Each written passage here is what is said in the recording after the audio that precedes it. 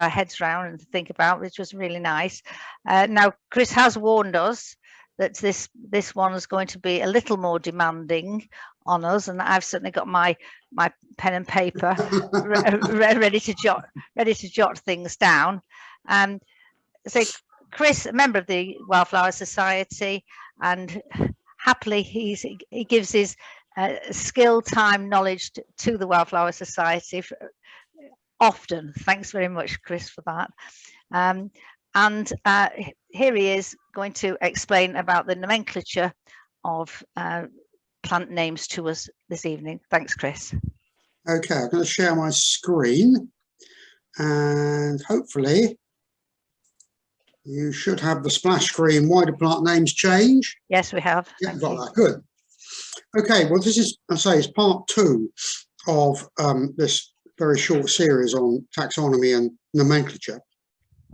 So I'm going to go a little bit slower tonight, but for 2 reasons. Firstly, because this is a little bit more difficult, and secondly, because of course tonight, unlike the last lecture, it's open to you to ask questions.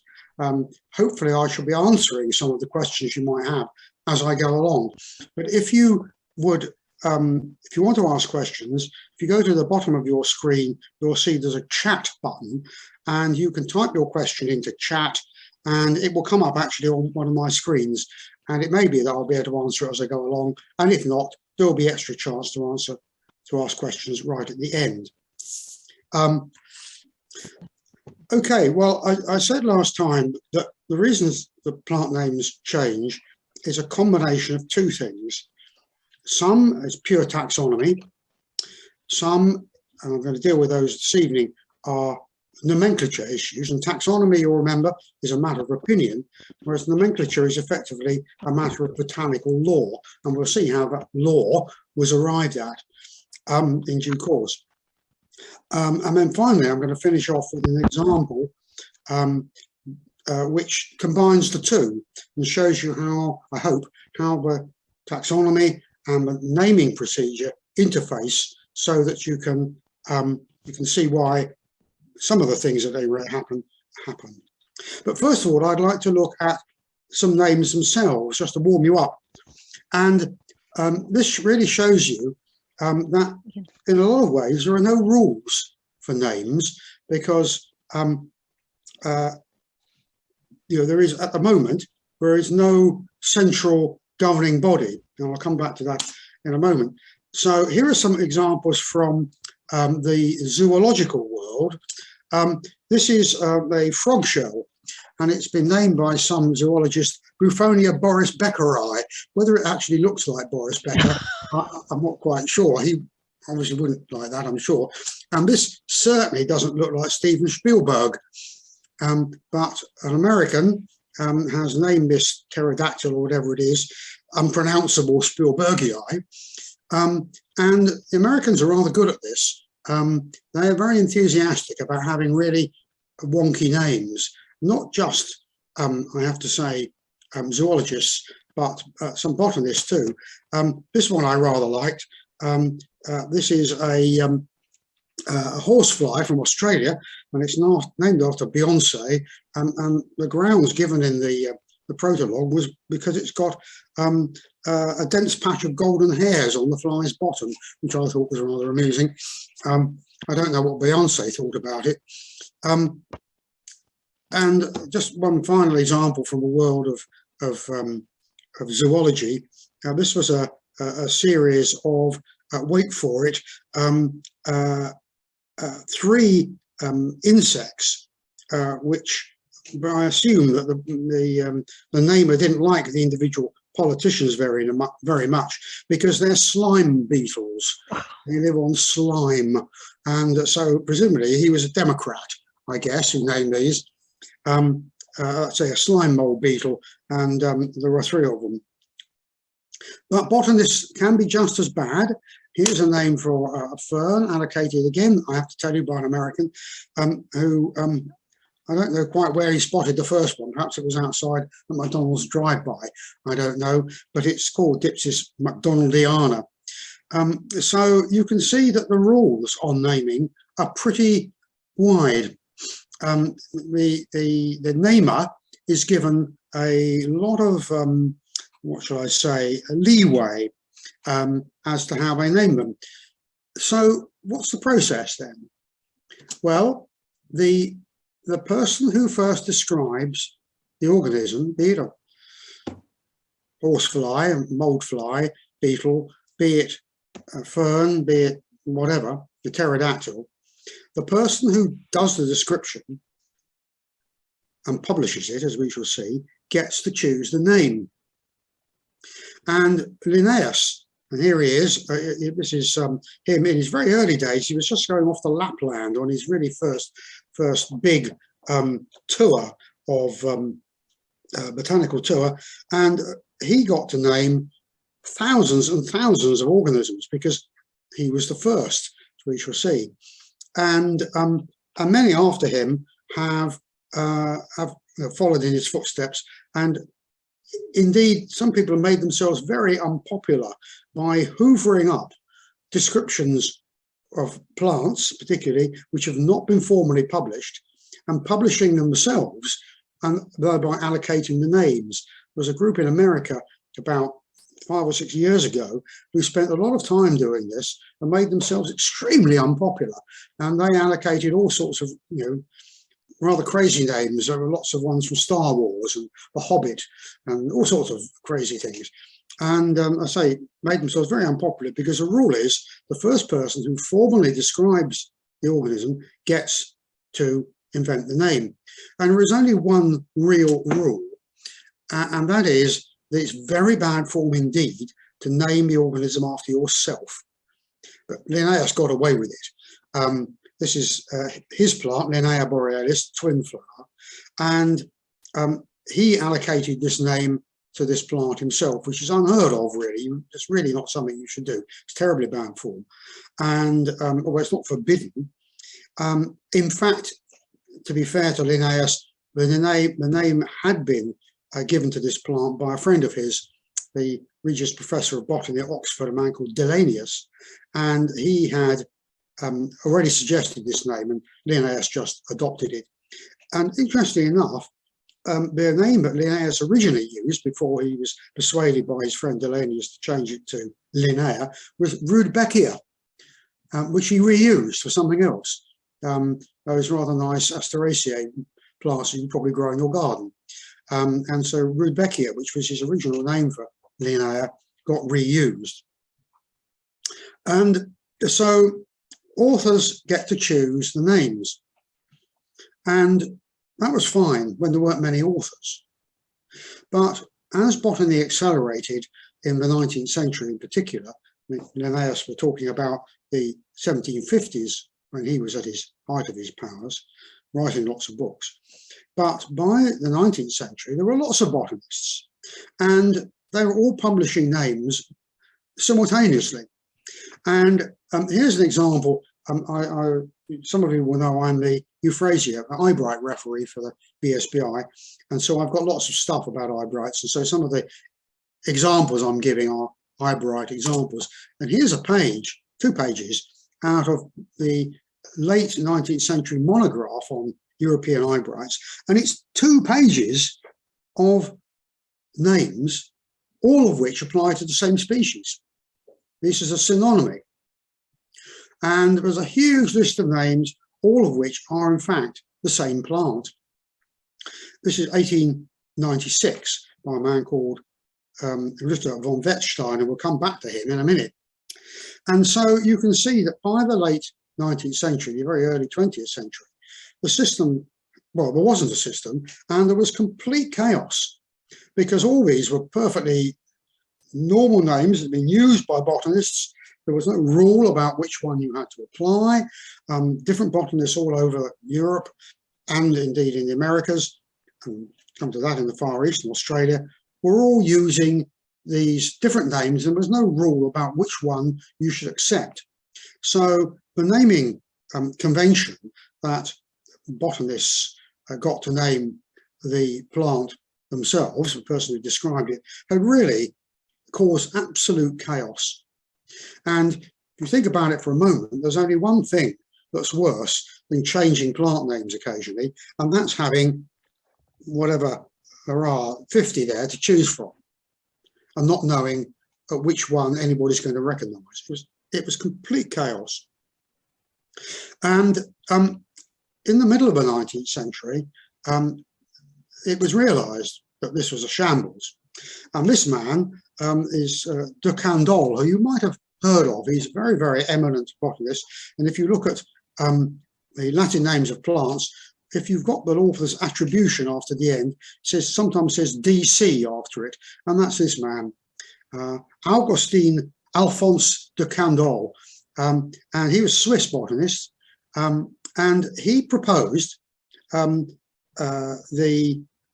code in 1867, the Loi de la Nomenclature botanique, and the idea was that there would be rules about how botanists named plants. Well, de Candolle was Swiss. The Swiss were sort of neutral at the time, but they had lots of treaties with the French, and really they weren't actually terribly neutral. They were pretty French, and we weren't very keen on the French. So you can imagine in the mid-19th century, neither were the Germans. 1867, 3 years before the Franco-Prussian War, everybody was falling out all over Europe, and nobody was likely to agree that there was going to be a rule about plants. Everybody thought they knew best, and poor old de Candolle, although the rules he suggested were very sensible, found no traction whatsoever. And the little booklet which he issued, just was passed by the wayside, and really nothing happened. So as long ago as the mid-19th century, it was realised that we needed some rules, but the time hadn't arrived. Everybody was at each other's throats militarily, let alone botanically, and it was not going to happen. However, by the time we got to the beginning of the 20th century, things were different. Entente cordiale had arrived, and it was realized that really we needed to make some progress. And there were a couple of international congresses, one in Vienna in 1905 and one in Brussels in 1910, and they hammered out between them some rules. And the front cover is here, published by a man called, it says John Briquet, it was Jean Briquet actually. I don't know why they put it in English. And the rules were published in 1912. And that was the beginning of the formal way in which plant nomenclature works. You can see, I think, perhaps from the front cover, that it was very heavily French. And in fact, the rules, the official language of the rules was in fact French. And that was presumably a sort of a carrot to get the French to agree with it. Now, these were not adopted by everybody by any means. The Americans didn't like them at all and refused to have anything to do with these, and went their own sweet way until about the Second World War. But after the Second World War, there have been several iterations of this volume.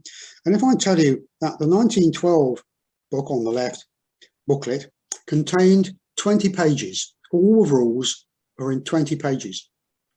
By the time we got to 2018, when the rules have been going for rather a long time, there were 150 pages of rules, plus several appendices. And in fact, the appendices form a completely separate volume. I don't know how many pages there are in those. So what set out to be a quite simple set of reasonably easily understandable rules has turned into a monolithic book. Now, I'm a lawyer, or I'm a retired lawyer. I'm used to this sort of stuff. I'm used to plugging my way through Acts of Parliament and criminal codes. And I can tell you that the Shenzhen Code is pretty hard going. It's difficult to understand. And yes, you're used to sections and subsections and so forth, and definitions. But if you want to look at it, it's freely available online. Just type in International Code of Nomenclature and it'll pop up on the IAPT website. And if you're interested, you can have a look and spiral your way through the rules. I'm going to cover just a few, very few of the basic rules to show you in general how it works. But first, who forms these rules? Who is it? Who sets them? And are they binding? Well, the answer to the second question is no. The code is entirely voluntary, but on the whole, everybody goes along with it, just because it would be chaotic if we didn't. There have been arguments about it. The Russians were not very keen for a little bit during the Cold War and so forth. There have been a few rows about it, and as I've said, the Americans didn't come on board until about Second World War. But by and large, everybody adheres to the code, because without it, it would be back to chaos, and nobody really wants that. So who sets the code up? Who makes these rules? Well, it's these chaps. Now, this is the International Botanical Congress, which is held roughly every 4, 5, perhaps 6 years. And this one was held in 2017 in Shenzhen in China. And the nomenclature section meet for a week before the IBC, and they amend, as necessary, the code, which is then published again after the end of the Congress.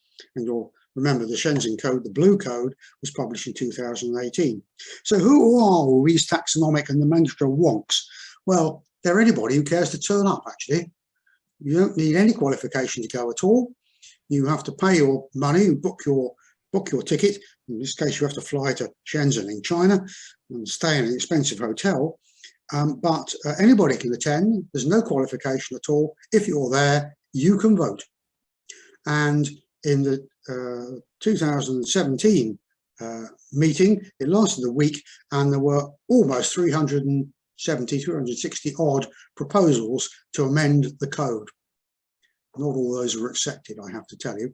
So if you want to have your say, you can just go along to the next meeting, as we shall see is in Madrid. You can pop along over to Madrid, sit in and raise your hand at the relevant moment, and you can make changes, and you can propose changes too. And the chair, sitting in the middle, is Sandy Knapp, who is works at Natural History Museum. Lovely, lovely person, good friend. And next to her is Nick Turland, another good friend, who works at one of the universities in Berlin, and is the absolute authority on the code. He's very helpful. I email him quite often, ask him questions about things that I can't understand. So that's who sets it up. What is it? How does it work? Okay, here we go. Right, pencils at the ready. There won't be a test at the end. So there are some very simple principles around which the code is designed.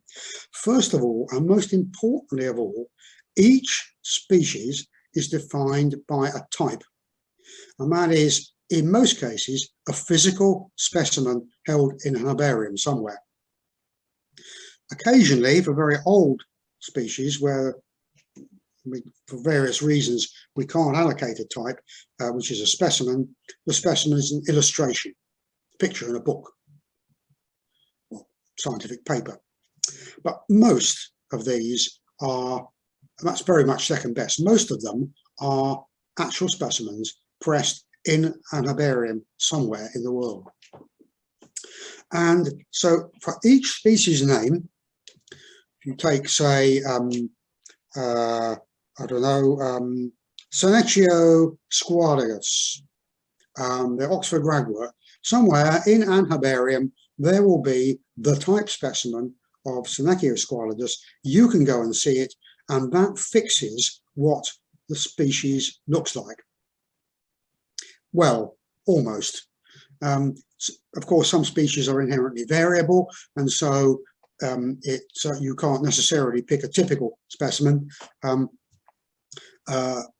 So it doesn't have to be typical, but there is a specimen which is defined.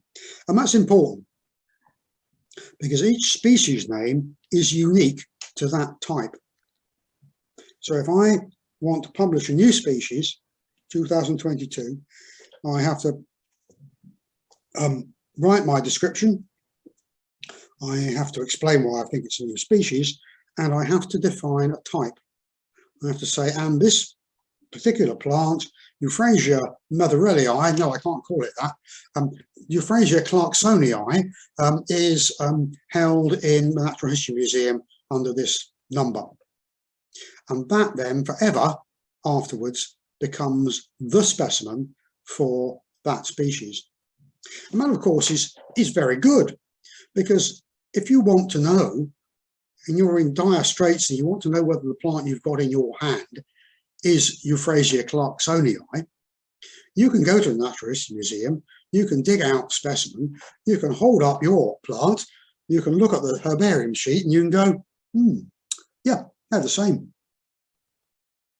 And in fact, that's how the system works. I spend a lot of time doing that, examining the type specimens for, in my case, Euphrasia, and checking the type specimens against the descriptions and so forth. And the third important thing is that we have a start date for all this, and it's the 1st of May 1753, and that's taken as the date on which Species Plantarum is published. You'll see it's 1753, it was around about 1st of May, and so the rules say it's the 1st of May, very convenient date. Anything which is published, any name which is published before the 1st of May 1753 doesn't count. Nomenclaturally, it doesn't exist. You just ignore it completely. We only start with the publication of Species Plantarum. So those are the principles, and it's really, really important to grip onto the idea that what we're doing when we're naming a species is we're in fact comparing it to the type specimen. I know we're doing it without looking at type specimen, we're talking about descriptions and so forth, but at the end of the day, that's what we're doing. When we see a plant on the road verge and we say that's cow parsley and Thriscus sylvestris, what we write it down. By writing it down, we are saying that is the same plant as the type specimen. It's a really important concept. Okay, so let's talk about types, because they're so important. As I've said, it's a specimen to which the name of the species is permanently attached. And if you publish a new name and it isn't attached to a type, it's not valid. It's a mistake. And the name doesn't exist effectively. It's an illegitimate name because you haven't allocated the type. Now, many old names, because this type system only came in 1958, many old names, all of those Linnaean names, didn't have types. And so what modern botanists have done is to allocate types to those old names. And there's a whole set of procedures about how you go about doing that. And some of you may have come across a fantastic book by Charlie Jarvis called Order Out of Chaos. And this was a project set up in the 1980s, would you believe, to typify, to allocate types to Linnaean names, to research all the names that Linnaeus published, botanical names, and to search out the type specimens. And there was something like 6,500. It's a very thick book, but it's very, very good. And he's a lovely, lovely man. He works in the Natural History Museum. So the old names, I said pre-1930, really it's pre-1958. I'll come back to 1930 in a moment. Old names which haven't got types, the types can now be allocated to them.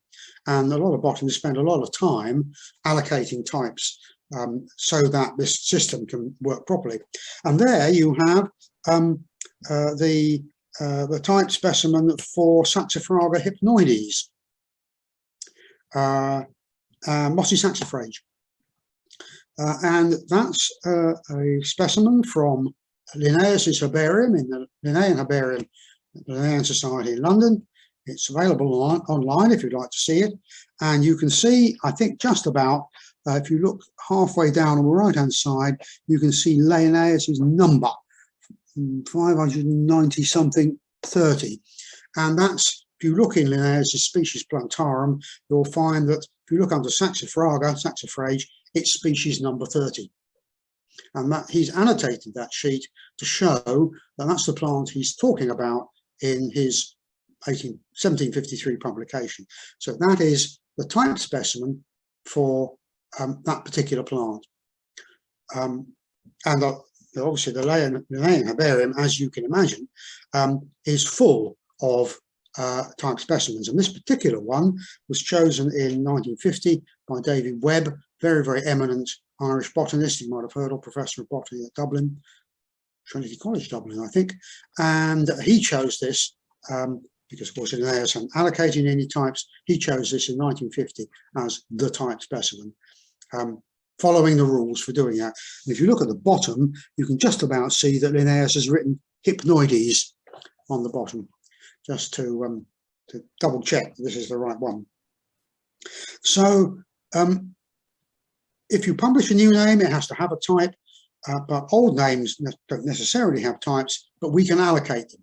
And it's, if we're writing a monograph, it's considered to be really good practice to allocate type names if they've not already been allocated. In fact, your monograph is unlikely to be published, and yes, you do it. Okay, here's another example. This is a slightly more complex example. This is Potentilla anglica trailing cinquefoil. Now, this illustrates another rule, which is fairly crucial, and that's that the earliest name takes priority over any subsequent name for the same plant. So this plant was published by a man called Laychard. Doesn't matter when it was, but several other authors allocated different names subsequently to this same plant. In particular, it was called, there's a name which pops up in English literature, botanical literature, because it's by a man called Sibthorpe, who published a flora, and he called it Potentilla procumbens. But Laychard's name was earlier, and so because it's the same plant, because we can be certain that the same plant is being spoken about, his name, Potentilla anglica, which is the name we now use, takes priority over the later names. And that, again, is another crucial piece of information. That's very often why names change, because somebody finds an earlier name for the same plant, and bingo, the name has to change. And I said last time that usually, not always, but usually, if it's a taxonomic change, it's more often than not the genus name that changes, because the DNA people have moved the genera around. They've moved the plants from genus to genus.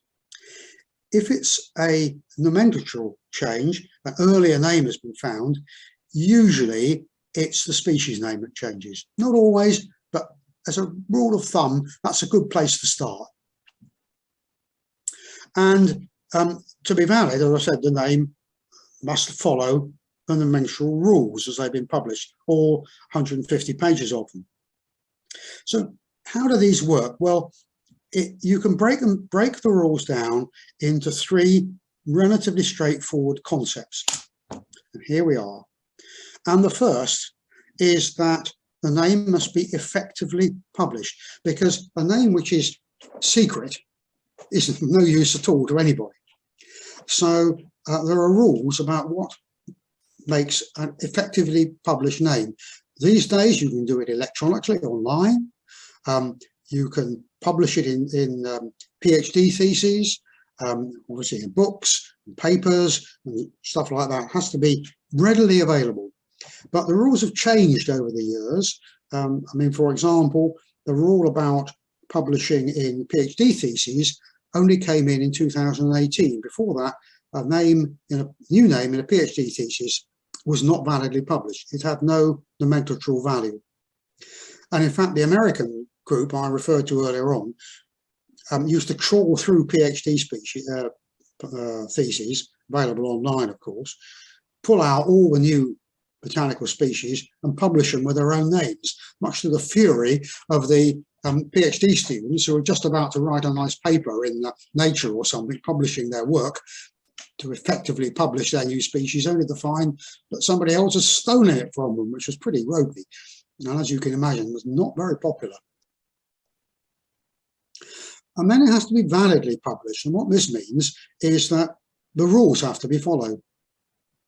There are all sorts of rules about, for example, typification, which I mentioned. It has to be, expression has to be have a type, and you have to publish a description, which can be now in Latin or English. It used to be that it could only be in Latin. Now it's Latin or English. So if you publish your description in French, or you publish your description in Russian, no, won't do. No good. Doesn't count. Has to be originally in Latin, and more recently, 2018, in fact, English will do, but nothing else. So there are a whole bunch of rules about valid publication, most of which are very straightforward and don't cause anybody any difficulty. And then it has to be a legitimate name. And what this means effectively, or the simple rule, is that it has to be a name which has not been published before. So I can't use a name which pre-exists, even if it's no longer used.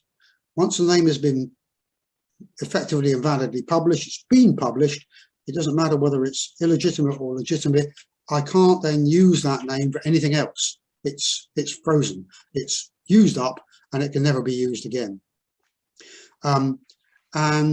Similarly, obviously, it mustn't be for a plant that's been previously named. I can't go around changing the names of plants. That would be what is known as a superfluous name. If I try to publish a new name for a plant that already has a perfectly valid name, that's no good either, as you can imagine. So it has to be legitimate, and there are rules really based about priority to determine whether a name is born legitimate or it's born illegitimate. And once you've got over all those hurdles, you have the correct name for a species. So you can imagine that checking all this stuff takes a considerable amount of time and is really difficult. And I have to now tell you, this is a bit of a botanical confession here. Now, I'm very enthusiastic, as you'll gather, about nomenclature. I think it's partly because my training as a lawyer, I actually quite enjoy it. I enjoy digging around and so forth. The great majority of botanists, the great majority of academic botanists who write papers and books don't understand this. The literature is absolutely littered with nomenclatural failures.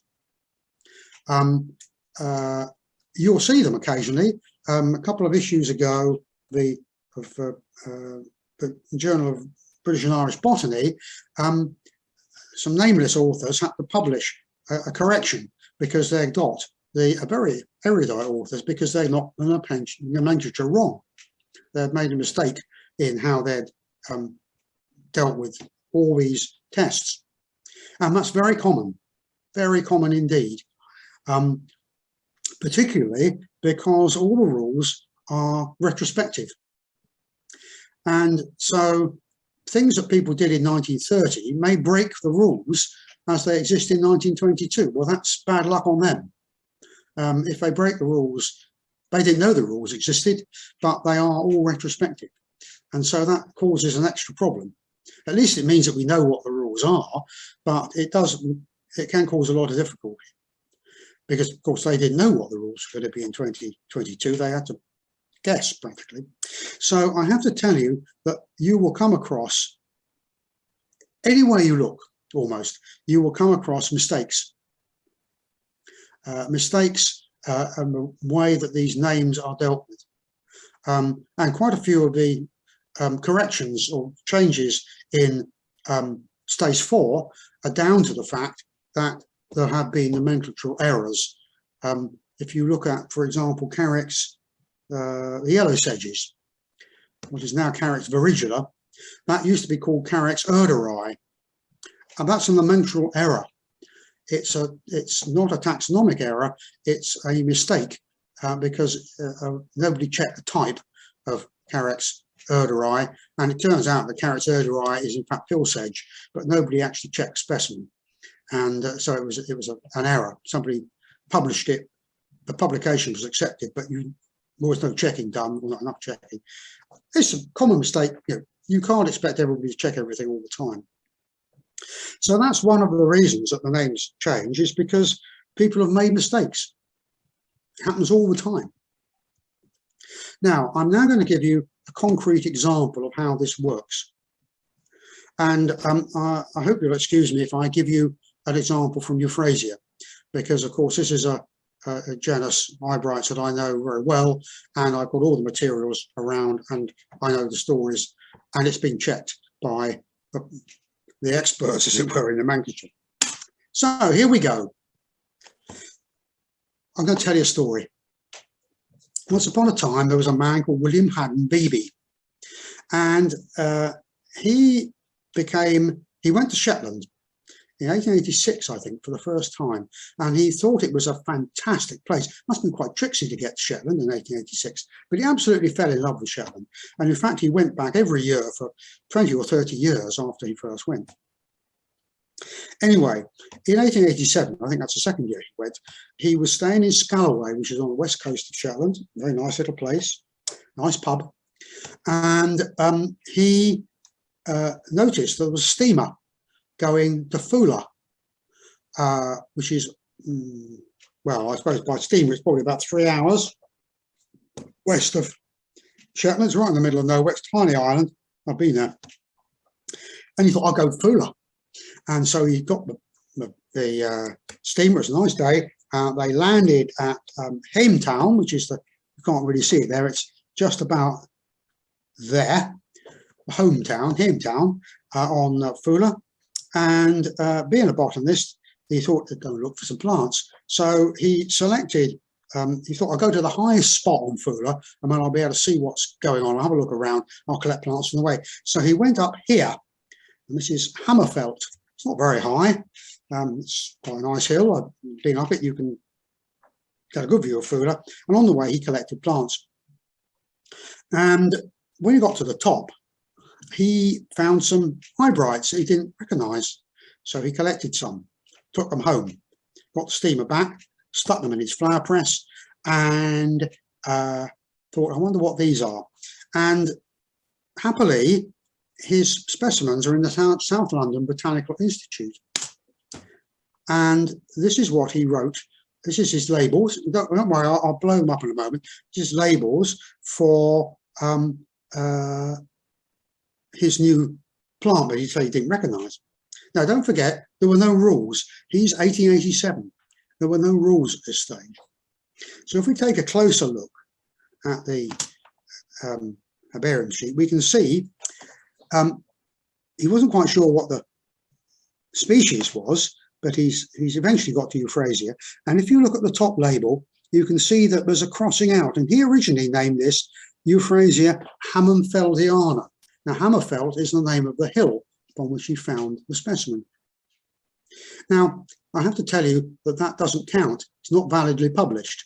It's not published in a book or a paper, and specifically, annotations on herbarium specimens are not valid publications. So I'm afraid Hammerfeldiana is not a name which is usable for this particular plant.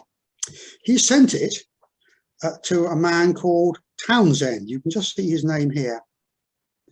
And Townsend was effectively the referee for Euphrasia Eyebrights at the time. He wasn't a formal referee, but he was the UK expert. And so the plants that Beebe collected on the 25th of August, 1887, went off to Townsend. Townsend said, I don't know what these are. I have no idea. This is something new. Oh dear. And so, being a jolly good botanist, he sent the plants off to the then world authority, who was a man called Ritter von Wettstein. I've already mentioned him. Now, here he is. This is actually about as old as he would have been. He was born in 1863, so he'd have been about 35, rather handsome young chap. He was a professor of botany at the University of Prague at this stage, and in what was then the Empire of Austria-Hungary, and he was the world authority on Euphrasia, and he didn't know what they were either. And when eventually he published his world monograph on Euphrasia in Leipzig in 1896, he published Beebe's new plants as Euphrasia faulensis. So Perhaps you think he might have asked Beebe what he would like them called. Perhaps he did. I don't know. But in any event, that's a formal publication. It's perfectly validly published. And so the name we use today is Euphrasia fowlensis. No problem, you think. All nice and easy. Hunky-dory. Well, not quite. Because as soon as you get your spade out and you start digging, you find that all is not quite what it seems. Because Wettstein's originals, we haven't been able to trace. They may be in Prague or perhaps Vienna or somewhere else, but we don't know yet. We're trying to trace them. But what we have done is to trace Beebe's original specimens. And these were discovered, I have to tell you, by yours truly in 2014. And as far as I know, no previous Euphrasia person had seen these before. They certainly weren't seen by the previous two referees. And so here it is. Here is the sheet of Beebe's original specimens from 1887 from Hammerfeld and Fuller. They're a bit manky, but they're not bad, actually. I've seen a lot worse. And on the left, you've got a little picture of what the current version of Euphrasia fowlensis looks like. Now, you don't have to be a genius in Euphrasia identification to look at one on the left, short, stubby, fleshy-looking thing, low on the ground, stubby leaves. And then you look at the one on the right, tall, thin thing, big gaps between the leaves, flowers maybe about the same size. Leaf shape looks wildly different. The ones on the left are sort of fairly roundy shape. Ones on the right are small and narrow. You don't have to be a genius to work out those two different plants, aren't they? Because nobody's been back to the type specimen because they couldn't find it. When we look at what it probably is the type specimen, we see that, bother, the plants we know today as Euphrasia fowlensis don't correspond with the type. So they're wrongly named. So all the things we've been calling Euphrasia fowlensis are not Euphrasia fowlensis at all. They're something else. It's got no name. That's very annoying because somebody somewhere along the line now has to name Euphrasia fowlensis. These plants, sorry, have to create a new name for these plants we have been calling Euphrasia fowlensis, and that means that the name is going to change, which is very irritating. Oh dear, it gets worse. Bother, bother, bother, bother, bother.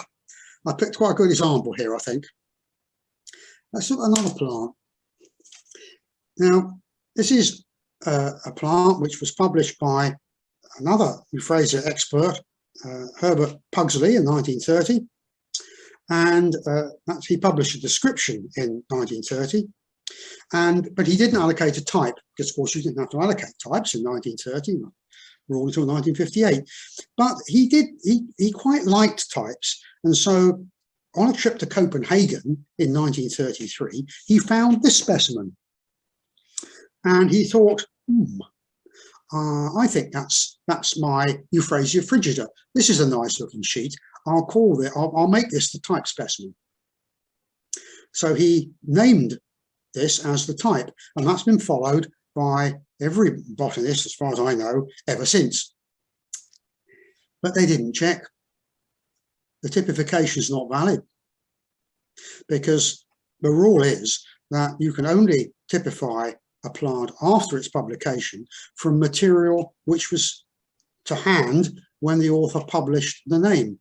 And this can't be it because he published the name in 1930 and he didn't see this plant until 1933. So his typification is invalid.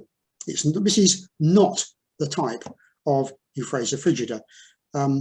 And so a new type will have to be allocated from his collection, which happily is in the British Museum. And we shall have no problem with that. But we'll have to allocate a new type. Now, when we do that, we shall find that the type is going to look like this photograph on the left. And this is a photograph of Euphrasia frigida. Well, I can tell you, it's difficult to see in these pictures, but I can tell you that the Euphrasia frigida plants in Pugsley's Herbarium in the Natural History Museum and the type specimen, probable type specimen of Euphrasia fowlensis in the South London Botanical Institute are the same plant. As a matter of taxonomy, they're the same species. Damn, this is really annoying because we've now got a very confusing situation which needs to be sorted out, because we have a plant we know as Euphrasia fowlensis, and here it is on the right, which needs a new name. And we've got a plant which previously was called Euphrasia frigida, but fowlensis takes priority. Fowlensis was published in 1896, frigida not until 1930. So the plant we know as Euphrasia frigida becomes Euphrasia fowlensis. Boy, is that confusing. That's just a nightmare situation for, you know, it's really difficult to grip. Well, I'm sure it's not difficult to grip because you're all very clever people and I'm explaining it to you, but it's a difficult situation. It's the sort of thing that creates a serious headache. But there is help at hand, and it may be that we should be able to do something about it without causing too much trouble. And that will involve going to Madrid, because the next Nomenclature conference, the next International Botanical Conference, which was going to be in Rio de Janeiro in 2023, which very few people from the UK were going to go to, has been postponed to 2024 in Madrid, which is much more attainable from the European point of view. And it may be that we shall be able to persuade the conference to do what they call conserve the names. And that means that despite the fact that all the rules have been broken, that the nomenclature folks who name these plants have not got it right, but nonetheless, we can still carry on using the names which we've always used. There's no guarantee that they will agree with that. They're very picky about how they conserve names, but it is possible that we should be able to do that. And that applies to any plants from anywhere in the world. If the Congress can be persuaded that changing the names would cause more confusion than keeping names which technically were invalid, then they will conserve them. And in fact, you will never have noticed this because, yes, you look very carefully at this sort of thing, an awful lot of names, particularly family names in botany, are conserved names. They're names which are in fact wrong, but because changing them would cause a lot of trouble, they're conserved. An